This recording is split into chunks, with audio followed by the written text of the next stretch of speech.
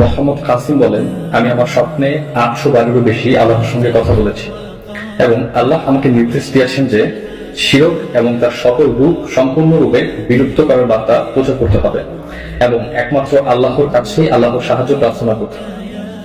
যখন আমরা শিরক এবং তার সকল রূপ যেমন মূর্তি, হার্ড কপি, ফটোগ্রাফ, রাস্তার বিলবোর্ড, মানব ও প্রাণীর ছবি, পোস্টারের ছবি, রাস্তাঘাটের দেয়ালে অঙ্কিত চিত্র, বাড়ি, অফিস ও আদালতের দেয়ালে টাঙানো ছবি, সাজানো বিভিন্ন প্রাণীর মূর্তি ইত্যাদি সম্পূর্ণরূপে অপসারণ করব, তখনই আল্লাহ মুসলিম উম্মাহকে সাহায্য করবেন।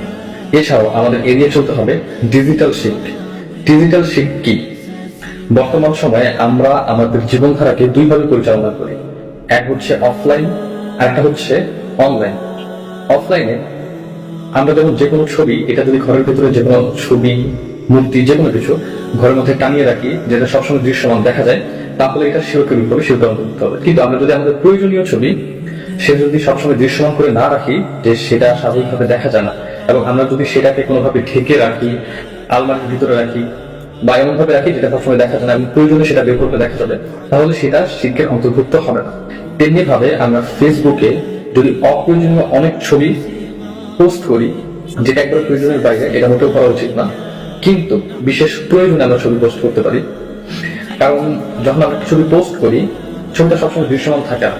সেই ছবিটা সর্বোচ্চ নিউজ থেকে একদিন ঘোরাঘুরি করে এবং পুনরায় যদি আমরা এই ছবিটাকে আবার দেখতে চাই, তাহলে সেই ব্যক্তির আইডিতে ক্লিক করতে হয়, ঢুকতে হয়, স্ক্রল করতে হয় এবং নিচে গিয়ে সেই ছবিটাকে দেখতে হয়।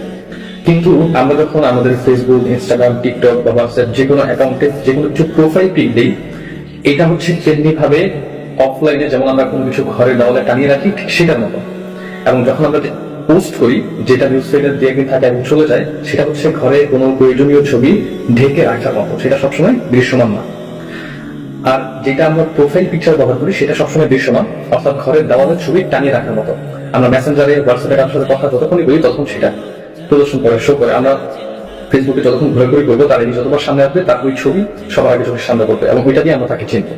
তো এইভাবে এই ছবিটা শিরকের অন্তর্ভুক্ত। এবং তেমনি ভাবে আমরা ফেসবুকে, হোয়াটসঅ্যাপে, মেসেঞ্জারে, ইমোতে বিভিন্ন জায়গায় ইমোজি ইউজ করে থাকি, সেই ইমোজি গুলো শিরকের অন্তর্ভুক্ত।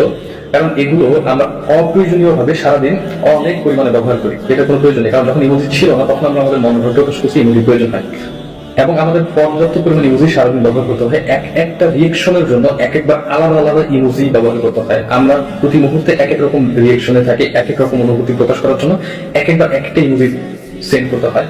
কিন্তু এই ইমোজি গুলো একটা পাঠানো করে সেই একটা ইমোজি দিয়ে আরেকটা রূপ প্রকাশ করা যায় এবং সেটার মধ্যে জীবন নেই।